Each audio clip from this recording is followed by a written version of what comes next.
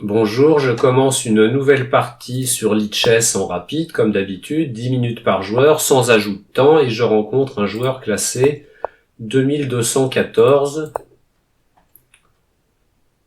J'ai joué E4, il a répondu E6, cavalier F3, D5, et je réponds par D3, pour éviter la théorie de la française. Donc on va faire beaucoup d'échanges, ce qui va donner une partie qui peut être très plate. Donc je vais jouer cavalier F3, il joue très vite, mais il fait pas d'erreur, en tout cas il fait pas l'erreur habituelle. L'erreur habituelle, souvent les gens jouent grand roc, et avec cavalier G5, je vais gagner au moins un pion. Mais là, ça va pas être le cas. Et il attaque un de mes pions. Bon, ben, je vais pousser E5. Votre adversaire a quitté la partie. Ça.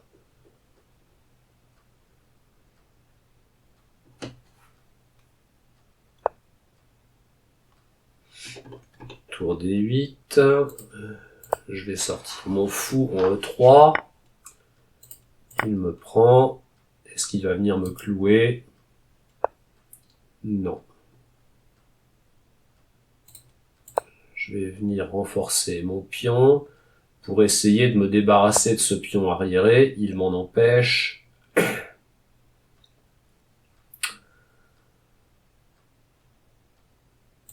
Allez, je vais jouer A3. Mon idée, c'est de pousser B4. Il peut pas prendre. Il y a son fou derrière. Donc moi, vu que j'ai un pion faible ici, j'essaie de compenser en lui créant un pion faible en C5. Et si jamais il pousse, eh bien je vais reprendre et me débarrasser de mon pion faible. Comme ça. Et je mets mon roi à l'abri en F2. Donc il fait le petit roc. Mais je trouve que finalement ma position est correcte. Je vais jouer cavalier D4 dans l'idée de venir en C6. Même si j'imagine qu'il va pas me laisser faire. Donc lui, il a la paire de fous. Donc il joue fou D5 pour empêcher cavalier C6. Et je vais aller attaquer son pion à 7. Donc si j'attaque son pion à 7, s'il le bouge, son pion B6 va devenir faible.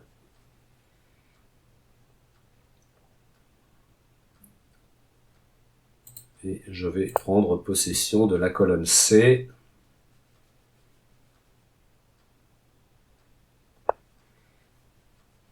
Lui se renforce sur la colonne D. Allez. Bon, je mets mon pion sur case noire, vu que j'ai un fou de case noire, c'est pas forcément terrible.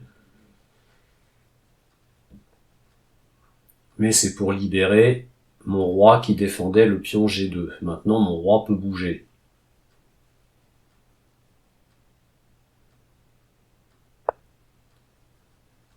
Il a joué G6.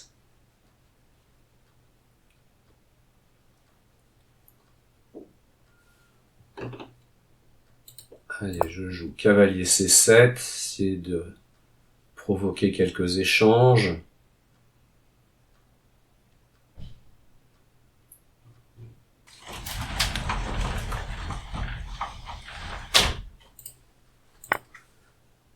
Allez, on échange les tours.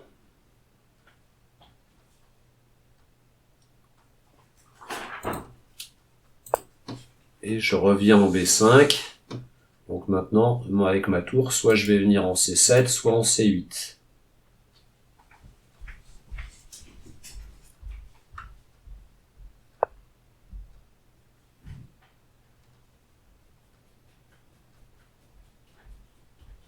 Je vais jouer tour C7. Donc il attaque mon cavalier, mais j'attaque sa tour. Donc il faut bien qu'il fasse quelque chose. S'il se contente d'enlever sa tour, je vais pouvoir prendre son fou.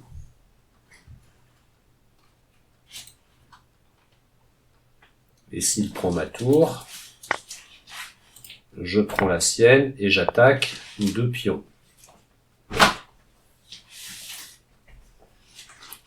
Bon. Il peut parer comme ça. Bon, ben je prends en B6. Et on a échangé tous les pions à l'aile dame. Alors, qui est mieux là-dedans? Bon, allez, je vais jouer cavalier B5. Qu'est-ce qui serait bien que je fasse?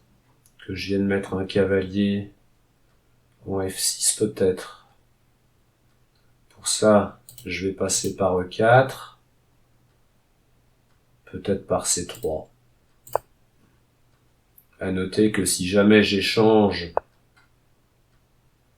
son fou de case noire contre mon cavalier, fou de couleur opposée, autant de pions chacun sur la même aile, mon avis, ça fera partie nulle.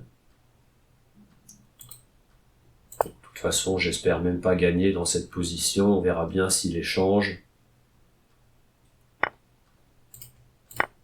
Donc, maintenant, ça va être sûrement partie nulle. À moins d'une gaffe monstrueuse, il propose la nulle. Je vais attendre qu'il joue son coup, voir ce qu'il fait quand même.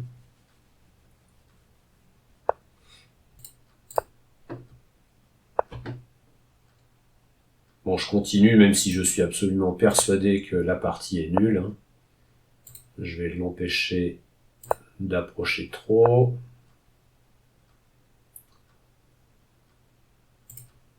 Je vais jouer fou E7 pour pas qu'il puisse avancer ses pions.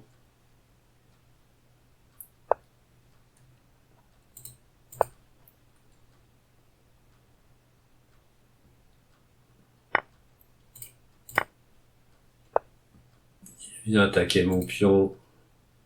J'ai qu'une option, c'est de pousser G5. Et je repropose partie nulle à mon tour parce que de toute façon on peut strictement rien faire. Donc il accepte. Je vous remercie de votre écoute. À bientôt. Au revoir.